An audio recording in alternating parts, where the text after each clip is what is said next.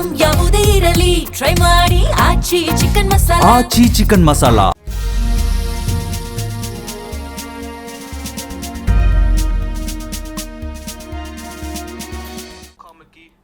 ನಮಸ್ಕಾರ.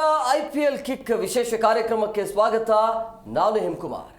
ಮುಂಬೈ ಹಾಗೂ ಪಂಜಾಬ್ ನಡುವೆ ನಡೆದಿರುವಂತಹ ಹೈ ವೋಲ್ಟೇಜ್ ಕದನದಲ್ಲಿ ಮುಂಬೈಗೆ ಹೀನಾಯ ಸೋಲಾಗಿದೆ. ಅದರ ಜೊತೆಗೆ ಇದುವರೆಗೂ ಕೂಡ ಬುಮ್ರಾಗೆ ಯಾವುದೇ ರೀತಿಯ ವಿಕೆಟ್ ಅಂತೂ ಸಿಗ್ತಾನೆ ಇಲ್ಲ. ಏನು ನಡೀತಾ ಇದೆ ಮುಂಬೈಯ ಡ್ರೆಸ್ಸಿಂಗ್ ರೂಮ್ನಲ್ಲಿ ಅನ್ನುವಂಥ ಪ್ರಶ್ನೆ ಸಹಜವಾಗಿದೆ.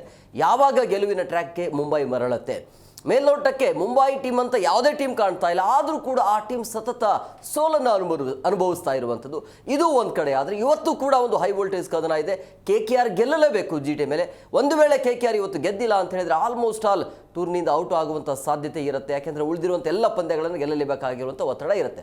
ಇದು ಒಂದು ಭಾಗ. ಆದರೆ ಅದರ ಜೊತೆಗೆ ಇನ್ನೊಂದು ಪ್ರಮುಖ ವಿಚಾರ ಅಂತ ಹೇಳಿದ್ರೆ RCB ಮತ್ತು CSK ನಡುವೆ ನಡೆದಿರುವಂಥ ಮ್ಯಾಚಲ್ಲಿ CSKಗೆ ಅವಮಾನ ಆಗಿದೆ ಅಂಥೇಳಿ ಈಗ CSK ನೇರವಾಗಿ BCCI ಮುಂದೆ ಒಂದು ಕಂಪ್ಲೇಂಟ್ ಮಾಡಿದೆ. ಹಾಗಾದರೆ RCB ಮತ್ತು CSK ಪಂದ್ಯದಲ್ಲಿ ಆಗಿದ್ದೇನು, ಅಂಥದ್ದು ಏನು ಮಾಡಿದ್ರು, ಎಲ್ಲದರ ಬಗ್ಗೆ ಚರ್ಚೆ ಮಾಡೋಣ. ಚರ್ಚೆ ಮಾಡೋದಕ್ಕೆ ನನ್ನ ಜೊತೆಗೆ ನನ್ನ ಸಹೋದ್ಯೋಗಿ ಜಾಯ್ನ್ ಆಗಿದ್ದಾರೆ. ನಾನು ಅವ್ರನ್ನ ಕಾರ್ಯಕ್ರಮಕ್ಕೆ ವೆಲ್ಕಮ್ ಮಾಡ್ತೀನಿ. ಮೊದಲಾಗಿ ಪಾಟೀಲ್ ಅವರ ಕಾರ್ಯಕ್ರಮಕ್ಕೆ ಆತ್ಮೀಯವಾದಂಥ ಸ್ವಾಗತ. ಇನ್ನೇನು ಕೆಲವೇ ಕ್ಷಣಗಳಲ್ಲಿ ಪ್ರೇಮ್ ಅವರು ಕೂಡ ಜಾಯ್ನ್ ಆಗ್ತಾರೆ. ಪಾಟೀಲ್, ನಾನು ನಿಮ್ಮ ಹತ್ರನೇ ಬರ್ತೀನಿ. ನೋಡೋಣ, ನಿನ್ನೆ ಪಂದ್ಯ ಕಡೆ ಗಮನ ಕೊಡೋಣ. ಆದರೆ ಈ RCB ಮತ್ತು CSK ಅಂತ ಬಂದಾಗ ಒಂಥರ ಲಪಡಾನ ಏನದು, ಒಂಥರ ಬೇಕಂತಲೇ ಮಾಡಿದ್ದ ಏನು, ಮತ್ತು BCCI ಮುಂದೆ ಹೋಗಿ ಕಂಪ್ಲೇಂಟ್ ಮಾಡುವಂಥದ್ದು ಏನು ತಪ್ಪಾಗಿತ್ತು ಅಂತ ನೋಡಿ. ಒಂದು 18 ವರ್ಷಗಳ ಜರ್ನಿ ತಗೊಳ್ಳೋಣ.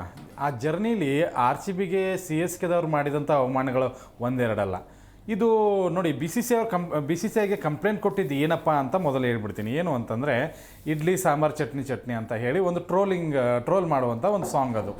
ಆ ಸಾಂಗ್ನ ಇಟ್ಕೊಂಡು ಬೆಂಗಳೂರಿನವರು ನಮಗೆ ಅವಮಾನ ಮಾಡಿದ್ದಾರೆ ಅನ್ನುವಂಥದ್ದನ್ನು ಚೆನ್ನೈದವ್ರು ಹೋಗಿ BCCI ಮುಂದೆ ಹೇಳಿದ್ದಾರೆ. ಅದು ಹೆಂಗೆ ದೊಡ್ಡಪ್ಪನ ಮುಂದೆ ಈ ಅನ್ನ ಹೊಡೆದ ಅಂತ ಹೇಳಿ ಸಣ್ಣ ಮಕ್ಕಳೆಲ್ಲ ಹೋಗಿ ಕಂಪ್ಲೇಂಟ್ ಹೇಳ್ತಾರಲ್ಲ, ಆ ಥರ ಕಂಪ್ಲೇಂಟ್ ಹೊಡೆದಿದ್ದಾರೆ. ಫಸ್ಟು ಇದು ಸ್ಟಾರ್ಟ್ ಆಗಿದ್ದು ಎಲ್ಲಿ ಅನ್ನೋದನ್ನು ಮೊದಲು ಅವ್ರು ತಿಳ್ಕೋಬೇಕು. ಇದು ಸ್ಟಾರ್ಟ್ ಆಗಿದ್ದು ಎಲ್ಲಿ ಗೊತ್ತಾ? ಈ ಬಿಗಿನಿಂಗೇ ಹೇಳ್ಬಿಡ್ತೀನಿ. ಯಾವಾಗ ಅಂತಂದರೆ ಜಿತೇಶ್ ಶರ್ಮಾ ಒಂದು ಇಂಟರ್ವ್ಯೂ ಕೊಡ್ತಾರೆ. ಒಂದು ಇಂಟರ್ವ್ಯೂ ಕೊಟ್ಟಾಗ ಅವ್ರಿಗೆ ನಿಮಗೆ ತಿನ್ನೋದಕ್ಕೆ ಏನು ಇಷ್ಟ ಹಾಗೆ ಹೀಗೆ ಅಂತ ಅಂದಾಗ ಅವರು ನನಗೆ ದೋಸೆ ಇಡ್ಲಿ ಚಟ್ನಿ ಸಾಂಬಾರು ಅದೊಂದು ಸಾಂಗ್ ಅದನ್ನೇ ಹೇಳ್ಬಿಟ್ರು ಅವರು. ಯಾಕಂದರೆ ಸೌತ್ ಇಂಡಿಯಾ ಅಂತಂದರೆ ಅದು ಇದೆಲ್ಲ ಫೇಮಸ್ಸು.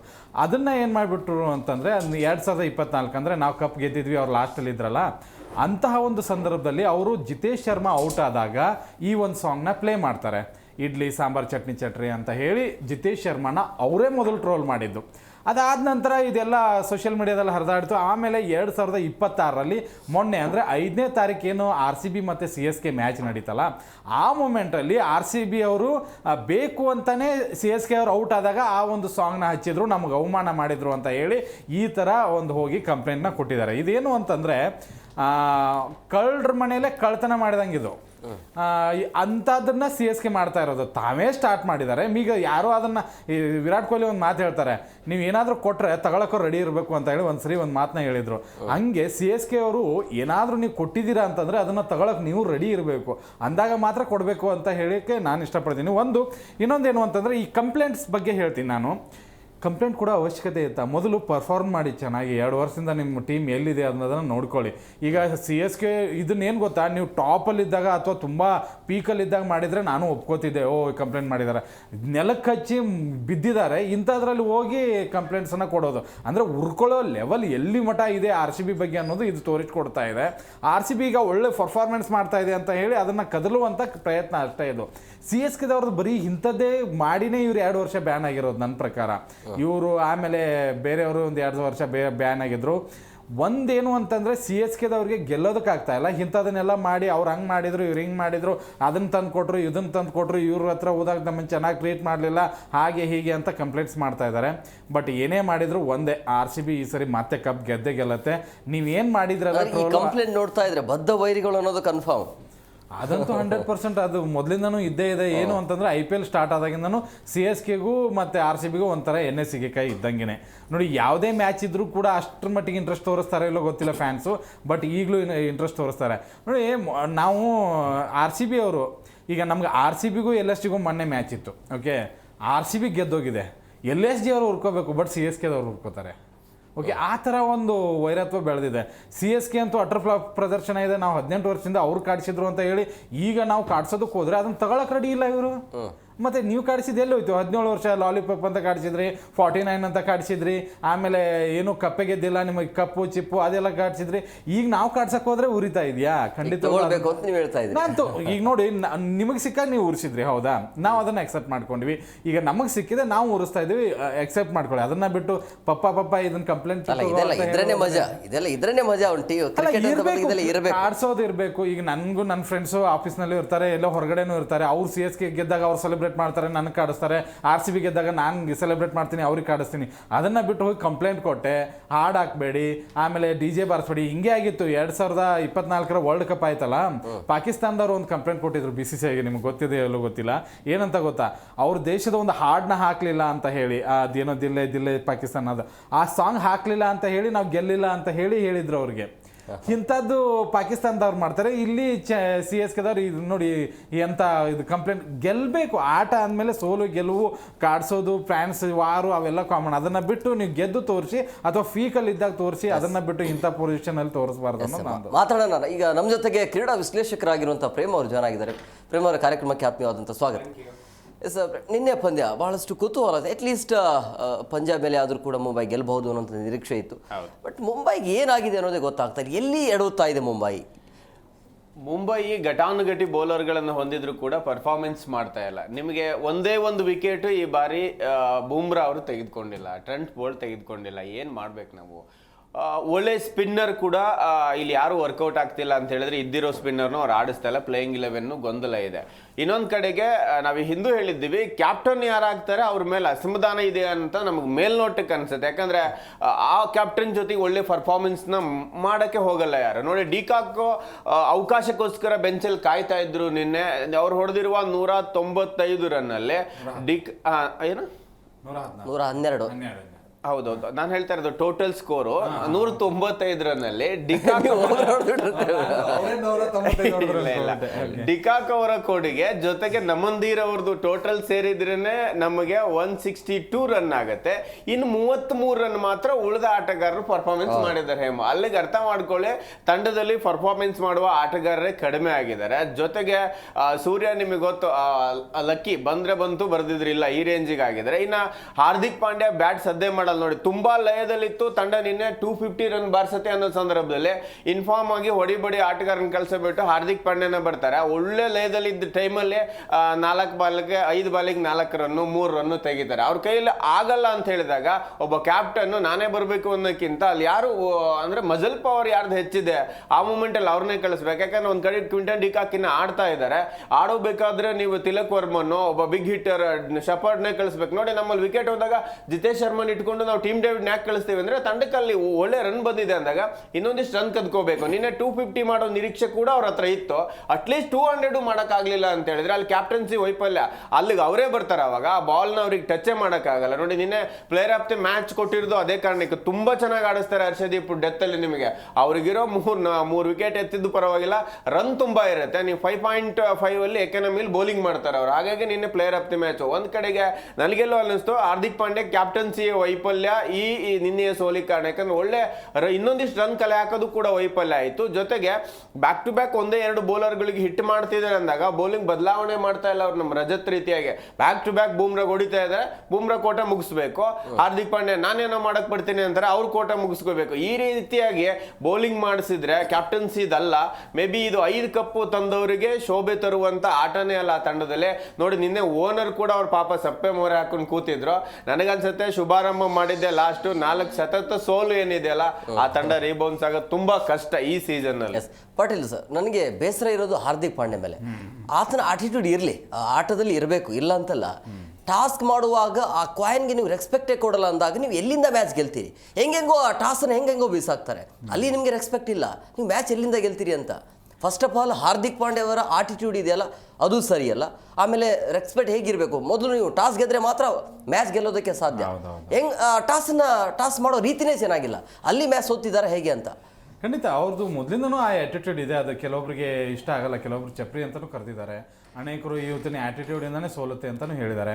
ನೋಡಿ, ಈ ಹಾರ್ದಿಕ್ ಪಾಂಡ್ಯ ಅವರಿಂದನೇ 2 ಟೀಮ್ಗೆ ಎಫೆಕ್ಟ್ ಆಗ್ತಾ ಇದೆ. ನೋಡಿ, ಒಬ್ಬ ಆಟಗಾರರಿಂದ ಹೇಗೆ 2 ಟೀಮ್ಗೆ ಅಂತ ಅನ್ಕೋಬೋದು. ಒಂದು ಗುಜರಾತಲ್ಲಿ ಈತ ಇದ್ದಾಗ ಚೆನ್ನಾಗೇ ಇರ್ತದೆ ಗುಜರಾತ್ ತಂಡ. ಅಲ್ಲಿ ಈತನ ವ್ಯಾಲ್ಯೂ ಕೂಡ ಹೆಚ್ಚಿಗೆನೇ ಇತ್ತು. ಆದರೆ ಅಲ್ಲಿಂದ ಅತಿ ಆಸೆ ಪಟ್ಟು ಇಲ್ಲಿ ಬಂದಿದ್ದು as A captain Mumbai Indians, ಹಾಗೆ ಬ್ರ್ಯಾಂಡು ಅದಕ್ಕೆ ಇದಕ್ಕೆ ಅಂತ ಹೇಳಿ. ಆಗ ಗುಜರಾತ್ ಕೂಡ ಕೆಳಗಡೆ ಬಿತ್ತು. ಅವರು ಏನು ಮೊದಲು ಕಪ್ ಗೆದ್ರಲ್ಲ, ಅವಾಗಿಂದ ಅವ್ರದ್ದು ಪರ್ಫಾರ್ಮೆನ್ಸ್ ಅಷ್ಟರಲ್ಲೇ ಇದೆ. ಇನ್ನು ಮುಂಬೈಗೆ ಬಂದ ತಕ್ಷಣ ಮುಂಬೈ ಫ್ಯಾನ್ಸ್ ಕೂಡ ಅವ್ರನ್ನ ಅಕ್ಸೆಪ್ಟ್ ಮಾಡ್ಕೊಳ್ಳಿಲ್ಲ.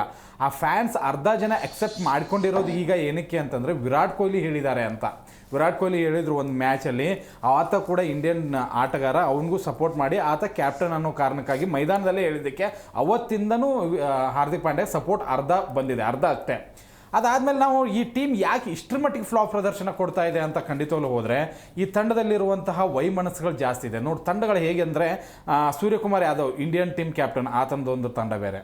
ರೋಹಿತ್ ಶರ್ಮಾ, ನಾನು 8 ಸರಿ ಆಡಿ 5 ಸರಿ ಕಪ್ ತಂದು ಕೊಟ್ಟಿದ್ದೀನಿ, ನನ್ನನ್ನು ಇವ್ರು ಕ್ಯಾಪ್ಟನ್ ಮಾಡಿಲ್ಲ, ಅವ್ರು ಬೇರೆ. ಬೂಮ್ರಾ, ನಾನು ತುಂಬ ಎಕ್ಸ್ಪೀರಿಯನ್ಸ್ ಆಟಗಾರ, ನನ್ನನ್ನು ಇವ್ರು ಕ್ಯಾಪ್ಟನ್ ಮಾಡಿಲ್ಲ, ಅವ್ರದ್ದೊಂದು ಬೇರೆ. ಸ್ಯಾಂಟ್ನರ್ ಅಂತ ನ್ಯೂಜಿಲೆಂಡ್ ತಂಡದ ನಾಯಕ ಇದ್ದಾರೆ, ಅವ್ರ ಟೀಮ್ ಬೇರೆ. ಆಮೇಲೆ ನಮನ್ ದೀರ್ ಆಗಿರ್ಬೋದು, ತಿಲಕ್ ವರ್ಮಾ ಆಗಿರ್ಬೋದು, ಇವರು ಈತನ ಮಾತೇ ಕೇಳಲ್ಲ. ಇಲ್ಲಿ ಹೇಗಾಗಿದೆ ಅಂತಂದರೆ ಆ ತಂಡದಲ್ಲಿ ಮನೆ ಒಂದು ಬಾಗಿಲ ಒಂದು 100 ಆಗಿದ್ದಾವೆ. ಅದೇ ಕಾರಣಕ್ಕಾಗಿ ಪರ್ಫಾರ್ಮೆನ್ಸ್ ಬರ್ತಾ ಇಲ್ಲ. ನೋಡಿ ಒಬ್ಬರು ಕೂಡ ನಿನ್ನೆ ಡಿಕಾಕ್ ಎಷ್ಟು ಅದ್ಭುತವಾದಂಥ ಇನ್ನಿಂಗ್ಸ್ನ ಕಟ್ತಾರೆ ಅವರು. ಉಳಿದವರು ಏನು ಮಾಡಿದ್ರು, ಎಷ್ಟು ರನ್ನಲ್ಲಿ 112 ರನ್ ಅವ್ರು ಹೊಡೆದಿದ್ದಾರೆ, 8 ಎಕ್ಸ್ಟ್ರಾ ಬಂದಿದೆ. ಇನ್ನು 195 ಆಗಿದೆ ಅಂತಂದರೆ ನಮನ್ದೀರ್ ಕೂಡ ಅದರಲ್ಲಿ ಒಂದು 30+ ರನ್ ಇದೆ. ಉಳಿದವ್ರು ಏನು ಮಾಡಿದ್ದಾರೆ ಹಂಗಾದ್ರೆ? ಏನೂ ಮಾಡ್ತಾ ಇಲ್ಲ. ಮ್ಯಾಚ್ನ ಸೋಲಿಸ್ಬೇಕು ಅಂತ ಆಡ್ತಾ ಇದ್ದಾರಾ ಅಥವಾ ನಮಗೆ ಸಂಬಂಧ ಇಲ್ಲ ಅಂತ ಆಡ್ತಾ ಇದ್ದಾರೆ ನನಗೆ ಗೊತ್ತಿಲ್ಲ. ಮತ್ತು ಫೀಲ್ಡಿಂಗ್ ಅಂತೂ ಇಷ್ಟರ ಮಟ್ಟಿಗೆ ಅಟ್ಟರ್ ಫ್ಲಾಪ್ ಪ್ರದರ್ಶನ ಇದೆ ಅಂದರೆ ಅಷ್ಟು ಕೆಟ್ಟದಾಗಿದೆ. ಬೂಮ್ರಾ ಬಾಲಿಂಗ್ ಯಾರು ನಂಬ್ತಾ ಇದ್ದಾರೆ? ಬೂಮ್ರಾ ಬಾಲಿಂಗ್ ಅಂತ ಇಷ್ಟು ಮ್ಯಾಚ್ ಆದರೂ ಕೂಡ ಒಂದೇ ಒಂದು ವಿಕೆಟ್ ಬಿದ್ದಿಲ್ಲ. ಪ್ರತಿ ಮ್ಯಾಚಲ್ಲೂ 40+ ರನ್ ಕೊಡ್ತಾ ಇದ್ದಾರೆ. ಇಂಥ ಬಾಲಿಂಗ್ನ ಯಾವ ಸೀಸನಲ್ಲೂ ಇಂಥ ಬ್ಯಾಟಿಂಗ್ ಬಾಲಿಂಗ್ ಮುಂಬೈ ಅದು ಬ್ಲೂ ಜರ್ಸಿದು ಯಾವುದೂ ನೋಡಿರಲಿಲ್ಲ. ಅಷ್ಟು ಕೆಟ್ಟದಾಗಿ ಪರ್ಫಾರ್ಮೆನ್ಸ್ ಆಗ್ತಾ ಇದೆ.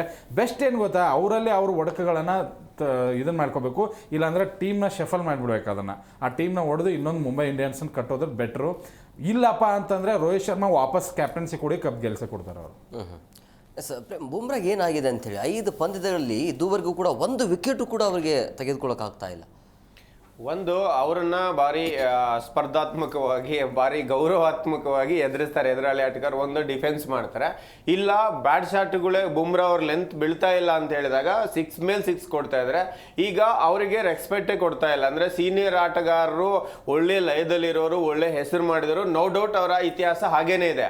ಆದರೆ ಈಗ ಬಂದಿರೋ ಯಂಗ್ ಪ್ಲೇಯರ್ಸ್, ಈ ಪ್ರಿಯಾಂಶು ಆರ್ಯ ಇರ್ಬೋದು, ಈ ಸೂರ್ಯವಂಶಿ ಇರ್ಬೋದು, ಈ ಕಾಲಘಟ್ಟದ ಪ್ಲೇಯರ್ಗಳು ಏನಿದಾರಲ್ವ, ಇವರು ಬಾಲ್ ನೋಡ್ತಾರೆ, ಹಿಟ್ ಮಾಡ್ತಾರೆ. ಹಾಗಾಗಿ ಅಲ್ಲಿ ಬೂಮ್ರಾ ಕಾಣಸಿಗ್ತಿಲ್ಲ, ಹರ್ಷದೀಪ್ ಕಾಣಸಿಗ್ತಾ ಇಲ್ಲ. ನಿಮಗೆ ಒಳ್ಳೆ ಲಯ ಇದ್ರೆ ಮಾತ್ರ, ಗುಡ್ ಬಾಲ್ ಇದೆಯಾ ಅದಕ್ಕೆ ಗೌರವ ಕೊಡ್ತಾ ಇದ್ದಾರೆ. ಆ ಬಾಲ್ ಲಯದಲ್ಲಿ ಇಲ್ಲ ಅಂತ ಹೇಳಿದ್ರೆ ಹಿಟ್ ಮಾಡ್ತಾ ಇದ್ದಾರೆ. ಹಾಗಾಗಿ ಈ ಹಿಂದೆ ನಮ್ಮ ಅಖ್ತರ್ ಬಂದ್ರ ಅಂದ ತಕ್ಷಣ ಅಖ್ತರ್ ವೇಗದ ಬೌಲರ್ ಅನ್ನೋ ಒಂದು ಭಯನೇ ಕ್ರಿಯೇಟ್ ಆಗ್ತಿತ್ತು. ಬಟ್ ಈಗ ಆ ಥರದ ವಾತಾವರಣ ಇಲ್ಲ. ಹಾಗಾಗಿ ಇನ್ನೊಂದು ಅಂಶನೂ ಪಾಟೀಲ್ ಹೇಳಿದ್ರನ್ನು ಅಗ್ರಿ ಮಾಡಬಹುದು. ಇಲ್ಲಿ ಕ್ಯಾಪ್ಟನ್ಸಿ ನಾನು ಸೀನಿಯರ್ ಆಗಿದ್ರು ಕೂಡ ನನ್ನನ್ನು ಕನ್ಸಿಡರ್ ಮಾಡಿಲ್ಲ ಅನ್ನೋದು ಒಂದು. ತಿಲಕ್ ವರ್ಮನ್ ಕಳೆದ ಬಾರಿ ಅವರು ವಾಪಸ್ ಯಾವಾಗ ಕರ್ಸ್ಕೊಂಡ್ರು, ಅದಾದ್ಮೇಲೆ ಅವ್ರು ಇಂಟರ್ನ್ಯಾಷನಲ್ ತುಂಬಾ ಚೆನ್ನಾಗಿ ಆಡ್ತಾರೆ, ಮುಂಬೈಗೆ ತುಂಬಾ ಚೆನ್ನಾಗಿ ಆಡ್ತಾ ಇಲ್ಲ ಅವರು. ಇನ್ನೊಂದ್ ಕಡೆಗೆ ಸೂರ್ಯ ಕೂಡ ಆಡ್ತಾ ಇಲ್ಲ. ಇವೆಲ್ಲ ಕೂಡ ಪರ್ಫಾರ್ಮೆನ್ಸ್ ಇಲ್ಲ. ನಿಮಗೆ ಒಳ್ಳೆಯ ಬೌಲಿಂಗ್ ಕಾಂಬಿನೇಷನ್ ಆಯ್ಕೆ ಮಾಡ್ತಾ ಇಲ್ಲ ನೀವು. ಫಾರಿನ್ ಬೌಲರ್ ಆಯ್ಕೆ ಮಾಡ್ಕೊಂಡಾಗ ಟ್ರೆಂಟ್ ಬೋಲ್ಟ್ ತುಂಬಾ ಚೆನ್ನಾಗಿದ್ರೆ, ಟ್ರೆಂಟ್ ಬೋಲ್ಟ್ ಹೇಗೆ ಯೂಸ್ ಮಾಡ್ಕೋತೀರಾ ಅದು ವರ್ಕೌಟ್ ಆಗ್ತಾ ಇಲ್ಲ ಅವರಿಗೆ. ಇನ್ನೊಂದ್ ಕಡೆಗೆ ಬೂಮ್ರಾ ಅಂತ ಒಳ್ಳೆ ಬೌಲರ್ ಇದ್ದಾರೆ, ಆನ್ ಪೇಪರ್ ಅಂತ ನೋಡಕ್ ಹೋದಾಗ ತುಂಬಾ ಲಯದಲ್ಲಿದ್ದಾರೆ. ವರ್ಲ್ಡ್ ಕಪ್ ಅಂತ ಬಂದಾಗ ಕೂಡ ಬೂಮ್ರಾ ನಮ್ಗೆ ತೊಂದರೆ ಮಾಡಿರಲಿಲ್ಲ, ತುಂಬಾ ಒಳ್ಳೆ ಡೇಂಜರಸ್ ಬೌಲರ್. ನಾವು ಕಪ್ ಎತ್ಕೊಂಡ್ ಬಂದೀವಿ ಅಂದ್ರೆ ಬೂಮ್ರಾ ಕೊಡುಗೆ ತುಂಬಾ ಇದೆ. ಎಲ್ಲ ವರ್ಲ್ಡ್ ಪ್ಲೇಯರ್ ಹೇಳೋದಷ್ಟೇ, ಹೇಮೋ 20 ಓವರ್ ಆಟ ಇದೆ ಅಂದ್ರೆ 16 ಓವರ್ ಕನ್ಸಿಡರ್ ಮಾಡಿ, 4 ಓವರ್ ಬೂಮ್ರಾ ಇರ್ತಾರೆ, ಅವ್ರ ಲೆಕ್ಕಕ್ಕೆ ತಗೋಬೇಡಿ ಅಂತಾನೆ ಹೇಳಿದ್ರು. ಅಂದ್ರೆ ಈಗ ಮಾತ್ರ ಅದು ಚೇಂಜ್ ಆಗಿದೆ. ಇಷ್ಟು 5 ಬಾರಿ ಕಪ್ ಎತ್ತಿರೋ ತಂಡದಲ್ಲೂ ಕೂಡ ಬೂಮ್ರಾ ಗುರುತಿಸ್ಕೊಂಡಿದ್ದಾರೆ.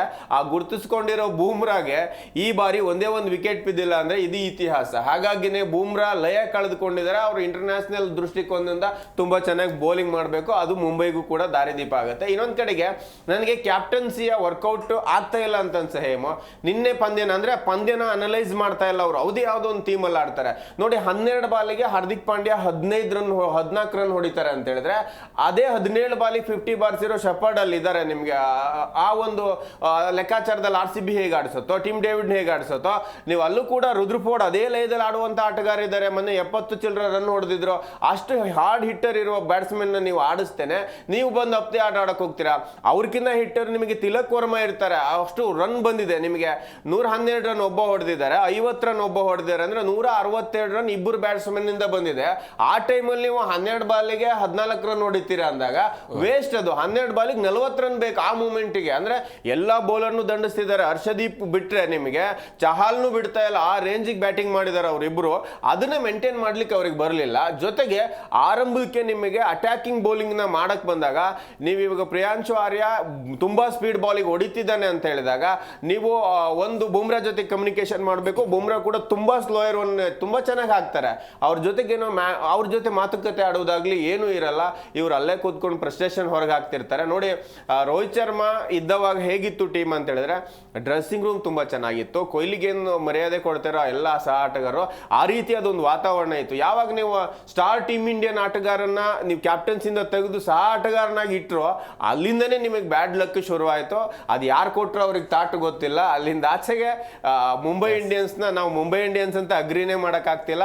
ನಾವೇ RCB ರೋಹಿತ್ ಶರ್ಮನ್ ಕರೆದಿದ್ದೀವಿ, ಅದರಲ್ಲಿ ಏನು ಡೌಟ್ ಇಲ್ಲ. ಹಾಗಾಗಿ ಯಾವಾಗ ಆ ಒಂದು ಕ್ಯಾಪ್ಟನ್ಸಿ ಬದಲಾವಣೆ ಆಯಿತೋ ಉತ್ತಮ ನಾಯಕ ಸಿಗ್ತಾ ಇಲ್ಲ, ಉತ್ತಮ ಆಟಗಾರರಿದ್ದಾರೆ, ಅವ್ರು ಬಳಸ್ಕೊಳ್ಳೋಕೆ ನಂಗೆ ಹಾರ್ದಿಕ್ ಪಾಂಡ್ಯಕ್ಕೆ ಆಗ್ತಾ ಇಲ್ಲ. ಈ ಬುಮ್ರಾ ಫೇಲ್ಯೂರು ಎಲ್ಲ ಕ್ರೆಡಿಟ್ ಹಾರ್ದಿಕ್ ಪಾಂಡ್ಯನೇ ತಗೋಬೇಕು ನನ್ನ ಪ್ರಕಾರ. ಎಸ್ ಪಾಟೀಲ್ ಸರ್, ಈಗ ಡ್ರೆಸ್ಸಿಂಗ್ ರೂಮ್ ಚೆನ್ನಾಗಿಲ್ವಾ ಅಥವಾ ರೋಹಿತ್ಗೆ ರೆಸ್ಪೆಕ್ಟ್ ಸಿಗ್ತಿಲ್ವಾ ಅಲ್ಲಿ? ರೆಸ್ಪೆಕ್ಟ್ ಈಗ ನೀವು ಮುಂದೆ ನಿಂತಾಗ ನಮಸ್ತೆ ಸರ್ ಅನ್ನೋದಕ್ಕೂ ಹಿಂದೆ ಅವ್ರಿಗೆ ಅವಮಾನ ಮಾಡೋದಕ್ಕೂ ವ್ಯತ್ಯಾಸ ಇದೆ. ನೋಡಿ, ಇದೇ ರೋಹಿತ್ ಶರ್ಮಾ ಕ್ಯಾಪ್ಟನ್ಸಿನ ಅವ್ರನ್ನ ಕೆಳಗಿಳಿಸಿ ಆ ಸೀಸನ್ ಆಡಿಸಿದಾಗ ಯಾವತ್ತೂ ಅವ್ರ ಸರ್ಕಲ್ನ ಬಿಟ್ಟು ಹೊರಗಡೆ ಫೀಲ್ಡಿಂಗ್ ಮಾಡಿದ್ದೇ ಇಲ್ಲ. ಆ ಒಂದು ವಿಡಿಯೋ ವೈರಲ್ ಆಗಿತ್ತು. ಹಾರ್ದಿಕ್ ಪಾಂಡ್ಯ ಏನಾಗ್ತಾರೆ, ಹಿಂದೆ ಹೋಗು ಅವ್ರು ಕೇಳ್ತಾರೆ ನಾನಾ ಅಂತ ಕೇಳಿದಾಗ ನೀನೇ ಹಿಂದೆ ಹೋಗು ಅಂತಾರೆ. ಅಲ್ಲೇ ಹೋಯ್ತು ಡೌನು. ಅಲ್ಲಿನೇ ಅರ್ಧ ಡೌನ್ ಆಯಿತು. ಅಲ್ಲಿನೇ ಆ ಆಟಗಾರರ ನಡುವೆ ವೈಷಮ್ಯ ಬೆಳೆಯೋದಕ್ಕೆ ಸ್ಟಾರ್ಟ್ ಆಯಿತು. ನನ್ನನ್ನು ಹೊರ ಕಳಿಸಿದಂತ ಅವರು. ಆಮೇಲೆ ಈಗ ಹೆಂಗೆ ಅಂತಂದರೆ ರೋಹಿತ್ ಶರ್ಮಾ ಮೊದಲಿಂದನೂ ಆ ತಂಡವನ್ನು ಕಟ್ಟಿ ಬೆಳೆಸಿದವರು ಅವರು. ನೋಡಿ, 8 ಸೀಸನ್ನಲ್ಲಿ ನಿಮಗೆ 5 ಕಪ್ ತಂದು ಕೊಟ್ಟಂತಹ ಕ್ಯಾಪ್ಟನ್ ಇಂಪಾರ್ಟೆಂಟ್ ಆಗಿದ್ರಾ ಅಥವಾ ಎಲ್ಲೋ ಗುಜರಾತ್ಗೆ ಹೋಗಿ ಮೊದಲ ಇದರಲ್ಲಿ ಸಕ್ಸಸ್ ತಂದು ಕೊಟ್ಟರು ಅಂತ ಹೇಳಿ ಅವ್ರನ್ನ ತಗೊಂಡ್ಬಂದು ಇಲ್ಲಿ ಕ್ಯಾಪ್ಟನ್ ಮಾಡೋದು ಇಂಪಾರ್ಟೆಂಟ್ ಆಗಿತ್ತಾ? ಇದು ಖಂಡಿತವಾಗ್ಲೂ ಆ ಒಂದು ಫ್ರಾಂಚೈಸಿಗೆ ಕೇಳಬೇಕು. ಅದನ್ನು ಮುಂಚೆ ಯಾವ ಥಾಟ್ನ ಇಟ್ಕೊಂಡು ಇವ್ರು ಮಾಡಿದ್ರು ನನಗೆ ಗೊತ್ತಿಲ್ಲ. ಅಥವಾ ರೋಹಿತ್ ಶರ್ಮಾ ಬಗ್ಗೆ ವೈಷಮ್ಯ ಇತ್ತಾ? ಇದು ಕೂಡ ಇರುತ್ತೆ ಕೆಲವೊಂದು ವಿಷಯದಲ್ಲಿ. ಬಟ್ ರೋಹಿತ್ ಶರ್ಮಾ ಅಲ್ಲೇ ಆಡ್ತಾ ಇರೋದು ಕೇವಲ ಆ ಫ್ರಾಂಚೈಸಿಗೋಸ್ಕರ ಅಲ್ಲ, ಆ ಫ್ಯಾನ್ಸ್ಗೋಸ್ಕರ ಅಷ್ಟೇ. ಇಲ್ಲಾಂದ್ರೆ ಯಾವಾಗಲೂ ಬರ್ತಿದ್ರು ಅವರು ಅಲ್ಲಿಂದ. ಈಗ ನಮಗೆ ಕೊಹ್ಲಿ ಇಲ್ಲಿ RCB ಬಿಟ್ಟು ಬೇರೆ ಕಡೆಗೆ ನಾವು ಇಮ್ಯಾಜಿನ್ ಮಾಡ್ಕೊಳಕ್ಕಾಗಲ್ಲ. ಹಾಗೆ ರೋಹಿತ್ ಶರ್ಮಾನ ಬೇರೆ ಕಡೆ ಫ್ರಾಂಚೈಸಿಯಲ್ಲಿ ಅಲ್ಲಿಯೇ ಫ್ಯಾನ್ಸ್ ಇಮ್ಯಾಜಿನ್ ಮಾಡ್ಕೊಳಕ್ಕಾಗಲ್ಲ ಅನ್ನೋವಂಥ ಕಾರಣಕ್ಕಾಗಿ ರೋಹಿತ್ ಶರ್ಮಾ ಅಲ್ಲಿದ್ದಾರೆ. ಆಮೇಲೆ ಇನ್ನೊಂದೇನು ಅಂತಂದರೆ ರೆಸ್ಪೆಕ್ಟ್ ಎಲ್ರಿಗೂ ಸಿಗ್ತಾ ಇದೆಯಾ ಅಂತ ನೋಡಿ. ಒಂದ್ಸರಿ ತಿಲಕ್ ವರ್ಮಾ ಎಲ್ಲಿ ಬ್ಯಾಟಿಂಗ್ ಆಡ್ತಾರೆ? 1 ಡೌನ್ ಆಡ್ತಾರೆ. ತಿಲಕ್ ವರ್ಮನ್ ಕಳಿಸ್ತಾ ಇರೋದು ಎಲ್ಲಿ? 4th ಅಥವಾ 5th. ನೋಡಿ ಎಲ್ಲಿ ಕಳಿಸಿದ್ದಾರೆ ಅವ್ರನ್ನ. ಅವರು ಇಲ್ಲ, ನಾನು 1 ಡೌನಲ್ಲೇ ಆಡಬೇಕು, ನನ್ನಂಥ ಆಟಗಾರನ ಇಲ್ಲಿ ಕಳಿಸ್ತಾ ಇದ್ದಾರೆ, ನನಗೆ ರೆಸ್ಪೆಕ್ಟ್ ಇಲ್ಲ ಅಂತ ಅವರು. ಆಮೇಲೆ ರಿಕಲ್ಟನ್ ನೋಡಿ, ಮೊದಲೊಂದು 2 ಮ್ಯಾಚಲ್ಲಿ ಆಡಿದ್ರು, ಆಮೇಲೆ ಅವರು ಅಟರ್ ಫ್ಲಾಪ್. ಈಗ ಮೊನ್ನೆಯಿಂದ ಪಾಪ ಯಾರನ್ನ ಡಿಕಾಕ್ನ ಹೊರಗಡೆ ಕೂರಿಸುವಂಥ ಆಟಗಾರನ ಮೊದಲನೇ ಮ್ಯಾಚಲ್ಲಿ ತಾನು ಯಾರು ಅನ್ನೋದನ್ನು ತೋರಿಸ್ಕೊಟ್ಬಿಟ್ರು ಅವರು. ಹಾರ್ದಿಕ್ ಪಾಂಡ್ಯ ಏನು ಗೊತ್ತಾ, ನಾನೇ ಬೌಲಿಂಗ್ ಹಾಕ್ತೀನಿ, ನಾನೇ ಬ್ಯಾಟಿಂಗ್ ಆಡ್ತೀನಿ, ನಾನೇ ಬೆಸ್ಟು, ನಾನೇ ಅನ್ನೋದಕ್ಕೆ ಈ ಟೀಮ್ ಇಲ್ಲಿ ಮಟ್ಟ ಹಾಳಾಗಿದೆ. ಗಲ್ಲಿ ಕ್ರಿಕೆಟ್ ತರ. ಗೆಲ್ಲಿ ಕ್ರಿಕೆಟಲ್ಲಿ ಆಡ್ದಲ್ಲ, ನಾನೇ ಮೊದಲು ಹೋಗ್ತೀನಿ, ನಾನೇ ಮೊದಲು ಬೌಲಿಂಗ್ ಹಾಕ್ತೀನಿ, ಹಂಗೆ ಮಾಡಿ ಈ ಮುಂಬೈನ ಹಾಳು ಮಾಡಿದ್ದಾರೆ. ಯಾರು ಅನ್ಕೋತಾ ಇದ್ದಾರೆ ಇದಕ್ಕೆ ಮುಂಬೈ ಅಂತ? ಇವ್ರನ್ನ KKRನವರು ಹೊಡೆದೋಗ್ತಾರೆ, CSKದವರು ಹೊಡೆದೋಗ್ತಾರೆ. ಈಗ 3 ಜನ ಇದ್ದಾರೆ ಕೆಳಗಡೆ. 3 ಜನ ಎಂತೆಂಥವ್ರು ಇದ್ದಾರೆ ಗೊತ್ತಾ? 5 ಕಪ್ ಗೆದ್ದವ್ರು, ಇನ್ನೊಬ್ರು 5 ಕಪ್ ಗೆದ್ದವರು, ಇನ್ನೊಬ್ರು 3 ಕಪ್. ಈ 3 ತಂಡದಲ್ಲಿ ಆಗಿದ್ದೇ ಅದು ನಾನು. ಆಮೇಲೆ ಇನ್ನೊಂದೇನಂದ್ರೆ ಈ ಹಾರ್ದಿಕ್ ಪಾಂಡ್ಯ ಈ ಗ್ರೌಂಡಲ್ಲಿ ಅಂದರೆ ಆಟದ ಕಡೆ ಹೆಚ್ಚು ಗಮನ ಕೊಡದೆ ಗರ್ಲ್ ಫ್ರೆಂಡ್ ಕಡೆ ಹೆಚ್ಚು ಗಮನ ಕೊಡ್ತಿದಾರ ಅಂತ ಅನ್ಸ್ಬಿಡುತ್ತೆ. ಮ್ಯಾಚ್ ಮುಗಿದ ತಕ್ಷಣ ಗರ್ಲ್ ಫ್ರೆಂಡ್ಗೆ ವಿಡಿಯೋ ಕಾಲ್ ಮಾಡೋದು. ಮೊದಲು ಮ್ಯಾಚ್ ಕಡೆ ಗಮನ ಕೊಡ್ಬೇಕು, ಎಲ್ಲೂ ಓಡೋಗಲ್ಲಪ್ಪ. ಅಲ್ಲ, ಮ್ಯಾಚ್ ಅಂತೂ ಆಗ್ತಾ ಇಲ್ಲ, ಅದಾದರೂ ಆಗಲಿ ಅಂತ. ಮ್ಯಾಚಲ್ಲಂತೂ ನೀನು ತಗೊಳ್ತಾ ಇಲ್ಲ, ಏನೂ ಸಿಗ್ತಾ ಇಲ್ಲ, ಯಾರೂ ಸಪೋರ್ಟ್ ಮಾಡ್ತಾ ಇಲ್ಲ, ನನ್ನಿಂದನೂ ಏನೂ ಆಗ್ತಾಯಿಲ್ಲ. ಮತ್ತು ನಿನ್ನೆ ನಾನು ಅಕಸ್ಮಾತಾಗಿ ಹಾರ್ದಿಕ್ ಪಾಂಡ್ಯ, ಈಗ ನಿನ್ನೆ ಒಂದು 50 ರನ್ ಹಾರ್ದಿಕ್ ಪಾಂಡ್ಯ ಹೊಡೆದಿದ್ದ ಅಂದರೆ ಯಾರನ್ನ ಬೈತಿದ್ವಿ ನಾವು? ಹಾರ್ದಿಕ್ ಪಾಂಡ್ಯ ಒಬ್ಬನೇ ಆಡ್ತಾ ಇದ್ದಾನೆ, ಉಳಿದವ್ರು ಆಡ್ತಾ ಇಲ್ಲ ಅಂತಲೇ ಬೈತಿದ್ವಿ. ಅದೇ ಕಾರಣಕ್ಕಾಗಿ ಅವ್ರು ವೈಯಕ್ತಿಕ ಹುಡುಗಿ ಸಿಕ್ಕಾದ ಮೇಲೆ ಗಮನ ಕಡಿಮೆ ಆಗಿದೆ ಆಟದ ಕಡೆ ಅಂತ ನನಗೆ ಅನ್ಸಾಯಿದ್ರು. ಅಲ್ಲ, ಅವ್ರಿಗೆ ಇದೇನು ಮೊದಲ ಸ್ಟಾರ್ಟಿಂಗ್ ಅವ್ರು ಬಂದಾಗಿಂದನೂ ಇಂಥ ಲಪಡಗಳನ್ನ ತುಂಬ. ಅದೇ ಶ್ರೇಯಸ್ ಅಯ್ಯರ್ ಕಡೆನೇ ಬರಬೇಕು. ನಿನ್ನೆ ಹಿಡಿದಿರುವಂಥ ಕ್ಯಾಚ್ ಅದ್ಭುತವಾಗಿರುವಂಥ. ನಿನ್ನೆ ಮ್ಯಾಚ್ ಮುಗಿದ ಮೇಲೆ ಅವ್ರು ಹೇಳಿದ್ರು ಎಲ್ಲಿ ಮ್ಯಾಚ್ ಗೆದ್ರಿ ಅಂದ್ರೆ ನಾನು ಎಲ್ಲಿ ಕ್ಯಾಚ್ ಹಿಡಿದ್ನೋ ಅಲ್ಲೇ ಮುಂಬೈ ಸೋಲ್ತು ಅಂತ ಹೇಳಿದ್ರು ಅವ್ರು. ಅಂದ್ರೆ ಅಂತ ಕಾನ್ಫಿಡೆನ್ಸು ಲೋಕಲ್ ಬಾಯ್. ನೀವು ಅವ್ರನ್ನ ಎಷ್ಟು ಹೇಟ್ ಆಗಿ ನೋಡ್ತಿದ್ದಾರೆ ಹಾರ್ದಿಕ್ ಪಾಂಡ್ಯ ಅಂತ ಹೇಳಿದ್ರೆ ಯಾವುದೋ ದೇಶದ ವೈರಿ ತರ ನೋಡ್ತಾ ಇದಾರೆ. ಅಲ್ಲಿ ಕ್ಯಾಪ್ಟನ್ ತಲೆಯಲ್ಲಿ ಇರ್ಬೇಕಾಗಿದ್ದು ನಾನು ಬೆಸ್ಟ್ ಕೊಡ್ಬೇಕಂತ. ಎಂತ ಕ್ಯಾಚ್ ಹಿಡಿತಾರೆ, ಕ್ರೌಡ್ ನ ಸೈಲೆಂಟ್ ಮಾಡ್ತಾರೆ ಆ ಮೂಮೆಂಟಿಗೆ, ನಂದು ಜಾಗ ಇದು ಅನ್ನೋದು ಹೇಳ್ತಾರೆ. ಜೊತೆಗೆ ನೀವು ಅವರು ಈ ಕೋಲ್ಕತ್ತಾದಿಂದ ಬಂದಾಗ ನಾವು ಪಂಜಾಬ್ಗೆ ಅವ್ರೇನು ಬ್ಯಾಟ್ ಫಾರ್ಮ್ ಇಂದ ಬರ್ಲಿಲ್ಲ, ಕಪ್ ಎತ್ಕೊಟ್ಟಿರೋ ನಾಯಕ ಅವ್ರೇನೋ ಅವ್ರು ಇವತ್ತು ಕೋಲ್ಕತ್ತಾದ ಹೀನಾಯ ಸ್ಥಿತಿಗೆ ಅವರೇ ಕಾರಣ. ರನ್ನಿಂಗ್ ಇರೋ ಕ್ಯಾಪ್ಟನ್, ಕಪ್ ಎತ್ಕೊಟ್ಟಿರೋ ಕ್ಯಾಪ್ಟನ್ ಬಿಟ್ರು, ಉತ್ತಮ ಲಯದಿರೋ ಸಾಲ್ಟ್ ಅನ್ ಬಿಟ್ರು, ಅವ್ರ ಕಾಲ ಮೇಲೆ ಅವರೇ ಚಪ್ಪಡಿ ಕಲ್ಲು ಹಾಕೊಂಡ್ರು. ಕಳೆದ ಬಾರಿ ಅಷ್ಟೇ runner up captain, runner up ಅಂದ್ರೆ ನಾವು ಕಪ್ ಎತ್ಕೊಳ್ಳಿಕ್ ಬಂದಿರೋ ಕ್ಯಾಪ್ಟನ್, ಸಕ್ಸಸ್ಫುಲ್ ಕ್ಯಾಪ್ಟನ್ ಆತ. ಹಿಂದಿನ ಸೀಸನ್ ಕಪ್ ಎತ್ಬಿಟ್ಟು ನಂತರದ ಸೀಸನ್ ಅಲ್ಲಿ ನೀವು ರನ್ನರ್ ಅಪ್ ಆಗ್ತಾರೆ ಅಂತ ಹೇಳಿದ್ರೆ RCB ಇಲ್ಲ ಅಂದ್ರೆ ಅವರೇ ಭಯಂಕರ ಇದೆ ಪಂಜಾಬ್. ಈ ಬಾರಿ ನೋಡಿ ಆಡಿರೋ 5 ಪಂದ್ಯಗಳಲ್ಲಿ 4 ಗೆದ್ದವ್ರೆ, 1 ಮಳೆಯಿಂದ ರದ್ದಾಗಿದೆ. ಅದನ್ನು ಕೂಡ ಕೋಲ್ಕತ್ತಾ ಮೇಲೆ ಇದ್ದು ಈಜಿ ಗೆಲ್ತಾನೆ ಇದ್ರು. 6 ಗೆಲುವು, ಒಂದು RCB ಟಕ್ಕರ್ ನಾವು ಮುಂಬೈ ಅನ್ಕೊಂಡಿದ್ವಿ. ಮುಂಬೈಯಲ್ಲಿ ಏನಿಲ್ಲ, ಅಲ್ಲಿ ಈ ಸಾರಿನೂ ಇವೇ 2 ತಂಡಗಳು ಬರ್ತವೆ ಅಂತ ನಮಗೆ ಅನಿಸ್ತಾ ಇದೆ. ಈ ಪರ್ಫಾರ್ಮೆನ್ಸ್ ನೋಡ್ರಿ ಫೈನಲ್ಗೆ ಈ ಬಾರಿ ರನ್ನರ್ ಅಪ್ ಎತ್ತಾರೋ ಅಥವಾ ಹಾಲಿ ಚಾಂಪಿಯನ್ ಎತ್ತಾರೋ ಗೊತ್ತಿಲ್ಲ, ಆ ತರದ ಒಂದು ಪರ್ಫಾರ್ಮೆನ್ಸ್ ಇದೆ. ಹಾಗಂತ ನಿಮಗೆ ಬೌಲಿಂಗ್ ನೋಡಿ ಹೊಡಿತಾ ಇದ್ದಾರೆ. ಆ ಗ್ಯಾಪ್ ಅಲ್ಲಿ ರನ್ ಕಂಟ್ರೋಲ್ ಮಾಡಬೇಕು ಅಂತ ವಾಪಸ್ ಹರ್ಷದೀಪ್ ಸಿಂಗ್ ನ ತಂದು ಅಲ್ಲೊಂದಿಷ್ಟು ರನ್ ಮೇಲೆ ಕಡಿವಾಣ ಹಾಕ್ತಿದ್ದಾರೆ. ವಿಕೆಟ್ ಬಿದ್ದ ಸಂದರ್ಭದಲ್ಲಿ ಚಹಲ್ಗೆ ಒಂದು ಫ್ರೀ ಹ್ಯಾಂಡ್ ಕೊಡ್ತಾರೆ, ಒಂದು ಆಚೆ ಹೋಗ್ತಾ ಇದಾವೆ ನೀವು ನೋಡೋಣ ಕ್ಯಾಚ್ ಆದ್ರೂ ಆಗ್ಬೋದು ಅಂತ ಮತ್ತೆ ಅವ್ರ ಕೈಲಿ ಬೌಲಿಂಗ್ ಕೊಟ್ಟರು, ವರ್ಕೌಟ್ ಆಗಿಲ್ಲ. ವಾಪಸ್ ಹರ್ಷದೀಪ್ ಸಿಂಗ್ ತಗೊಂಡ್ಬರ್ತಾರೆ. ಒಂದ್ ಕಡೆಗೆ ಅವರಿಗೆ ನಿನ್ನೆ ಕಂಪ್ಲೀಟ್ ಆಗಿ ಗೊತ್ತಿತ್ತು ಬ್ಯಾಟಿಂಗ್ ಅಲ್ಲಾದ್ರೂ ನಾವು ಎತ್ಕೋತೀವಿ ಅಂತ. ಜೊತೆಗೆ ನನಗನ್ಸುತ್ತೆ 16ನೇ ಓವರ್ ಆದ್ಮೇಲೆ 120ರಿಂದ 230 ಆಗೋ ಸ್ಕೋರ್ನ ಈ 200 ಒಳಗೆ ಕಟ್ಟಿ ಹಾಕಿದ್ದು ಅಂದ್ರೆ ಅವ್ರ ಕ್ಯಾಪ್ಟನ್ಸಿನ ನನ್ನ ಪ್ರಕಾರ. ಯಾಕಂದ್ರೆ ಒಂದ್ ಸೈಡ್ ಮ್ಯಾಚ್ ಆಯ್ತು. ಚಹಾಲ್ಗಂತೂ ಆ ರೇಂಜಿಗೆ ಹಿಟ್ ಮಾಡ್ತಿದ್ದಾರೆ ಅವರಿಬ್ರು, ನಮಂದಿರು ಮತ್ತೆ ಡಿಕಾಕು ಅಂದಾಗ ಎಲ್ಲಿ ಬೌಲಿಂಗ್ ಹಾಕ್ಸ್ಬೇಕು ಅಂತ ನನ್ಗೆ ಅನ್ಕೊಂಡಿದ್ದೆ 240 230 ಮೇಲೆ ಆಗತ್ತೆ ಅಂತ. ಆ ಸ್ಕೋರ್ 200 ಒಳಗೆ ಕಟ್ಟಾಕಿದ ಅವ್ರ ಕ್ಯಾಪ್ಟನ್ಸಿ. ಇನ್ನೊಂದು ನಾನು ಕೊಹ್ಲಿನ ಬಿಟ್ರೆ ಈಗಿರೋ ಸದ್ಯ ಪರಿಸ್ಥಿತಿಯಲ್ಲಿ ಟೀಮ್ ಇಂಡಿಯಾ ಆಟಗಾರಲ್ಲೇ ಚೇಜಿಂಗ್ ಮಾಸ್ಟರ್ ಅಂದ್ರೆ ಕೊಹ್ಲಿನ ಹೊರತುಪಡಿಸಿದ್ರೆ ಶ್ರೇಯಸ್ ಅಯ್ಯರ್. ಎಂತ ಎದೆಗಾರಿಕೆ. ನಾನು T20 ಯಾಕೆ ಶ್ರೇಯಸ್ ಅಯ್ಯರ್ನ ಬಿಟ್ರು ಅಂತ ಅವತ್ತು ನಾವು ಇದೇ ವೇದಿಕೆ ಮೇಲೆ ಮಾತಾಡಿದ್ವಿ. ನಿನ್ನೆ ಕೂಡ ಅವ್ರು ಅದಕ್ಕೆ ಉತ್ತರ ಕೊಟ್ರು. ಎಷ್ಟು ಚೆನ್ನಾಗಿ ಚೇಜಿಂಗ್ ಅನ್ನು ತಗೊಂಡು ಹೋಗ್ತಾರೆ, ಹಿಂದಿರೋರ್ ಬಗ್ಗೆ ಯೋಚನೆ ಮಾಡಲ್ಲ, ಯಾರ ಜೊತೆಗಿರ್ತಾರೆ ಅವ್ರ ಜೊತೆಗೆ ಸಾಥ್ ಕೊಟ್ಕೊಂಡು ಮ್ಯಾಚ್ ನ ಕಂಪ್ಲೀಟ್ ಮುಗಿಸೋ ಅಂತಕ್ಕೆ ಅವ್ರು ಯಾವಾಗ ಔಟ್ ಆದ್ರೂ ನೋಡಿ ಇನ್ನೊಂದು 1 ಓವರಲ್ಲಿ 4 ರನ್ ಬೇಕಾದಾಗನೇ ಔಟ್ ಆಗ್ತಾರೆ, ಇಲ್ಲ ಫಿನಿಶ್ ಮಾಡ್ಕೊಂಡ್ ಬರ್ತಾರೆ.